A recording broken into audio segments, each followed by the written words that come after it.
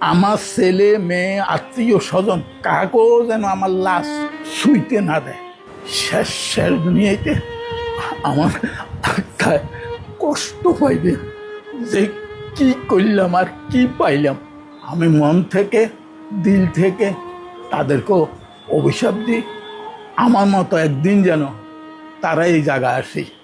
এদেরকে সোনার স্বামীসো করে মানে দুধ খাওয়াইছি, এত বেশি ভালোবাসছ না। তোমারে এরা জীবনে বহুত কষ্ট দিব। আজ সেই কথা, তাদের কথাটা আমি অক্ষরে অক্ষরে পাইছি। আমার ভাবিরা কইতো, যখন বস্তা বড়ি বড়ি টাকা দিছিলাম তখন মানে সব ঠিক আছে, আচ্ছা বুঝলাম ছেলেরা হইতে পারেন, এটা মানি নিলাম। কিন্তু মেয়েরা কেমনে হয়, মেয়েরা কেমনে বাপকে এত অস্বীকার করে? মানে আমার জীবনে এই প্রথম দেখলাম আপনাদের কাছে এবং আইনের কাছে আমি একটা ডায়েরি দিয়ে যাব। এই ডায়েরিটা আপনারা থানায় পৌঁছাই দিবেন, আপনাদের দায়িত্ব, বুঝছেন? এই ডায়েরিতে আমার সব কিছু লেখা আছে, তারা আমার সাথে কি করছে। এই টাকা পয়সাটাই হইল আমার সবচেয়ে জীবনের কাল। ওনাদের গানের উপর আমার উঠাই দিয়ে গেছে, আজ পর্যন্ত দেখতে আসেনি। অন্তত খোঁজটা নেয় না, দেখেন দূরে কথা, খোঁজটা নেয় না। এইটা কি ধরনের ছেলে? এটা কি অশিক্ষিত? অশিক্ষিত হইল এক কথা। আর আমার মেয়ে কি অশিক্ষিত?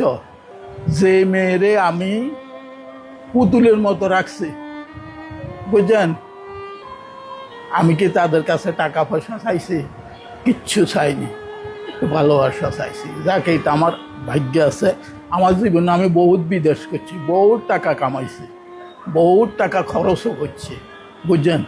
আজ দুরবস্থায় ওনাদের ধার পান্তে পড়ে আছি, ওনাদের দয়ায়। ওনারা যে এতটুকু করছে, এতটুকু করে, এটা আমার জন্য হাজার। আমার শুধু একটাই অনুরোধ থাকবে, আপনারা এই জিনিসটা মানুষে দেখাইবেন, আমার ছবিটা দেখাইবেন, ছেলে মেয়ে যেন দেখতে পায় যে তার বাপ কী অবস্থা আছে, বুঝলেন? দুই দেশে ছিলাম আমি 95 হইতে, সৌদি আরবে ছিলাম 2016 সাল পর্যন্ত, বুঝলেন? তারপরে যখন বস্তা বড়ি বড়ি টাকা দিছিলাম তখন মানে সব ঠিক আছে, ছেলে ঠিক আছিল, মেয়ে ঠিক আছিল, সব ঠিক আছে। যখন মানে টাকার প্রশ্ন উঠছে, আমার একটা এফডিএস ছিল, এই যে আমার ছোট ছেলেটা যে আমেরিকান এম্বাসিতে চাকরি করে, এ ছিল নমুনি।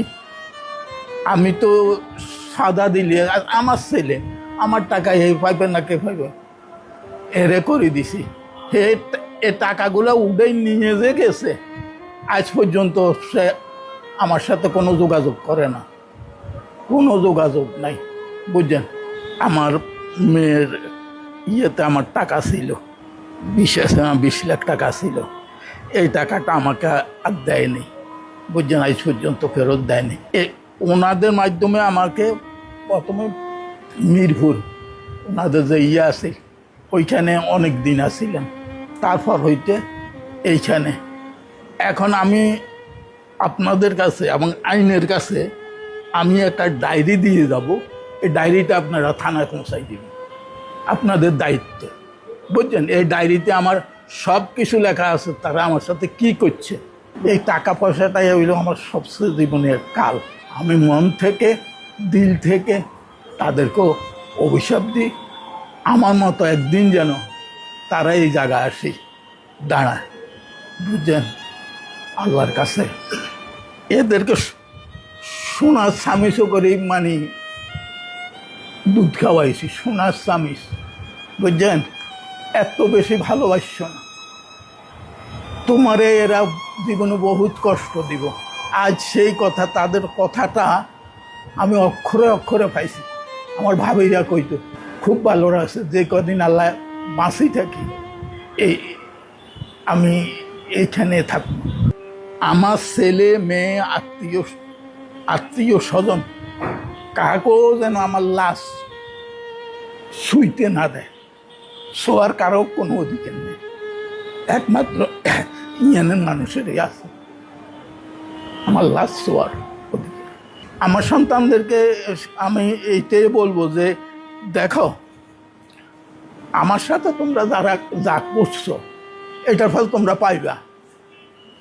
এইটার ফল আল্লাহ তাআলা আমি দিল থেকে বলি রাখছি, এইটার ফল আল্লাহ তোমাকে করে দিবে, একদিন না একদিন দিবে। এটা ফল তোমরা ভোগ করতে পারবা। পরে আমারে তো ওনারা জায়গা দিছে, সাইডটা খাইবার দিছে, থাকার জায়গা দিছে, এদেরকে আল্লাহ যেন এইটাও না দেয়। বিশেষ করে আমার মেয়েকে যেন না দেয়। শেষ দুনিয়াতে আমার আত্মায় কষ্ট পাইবে যে কি করলাম আর কি পাইলাম।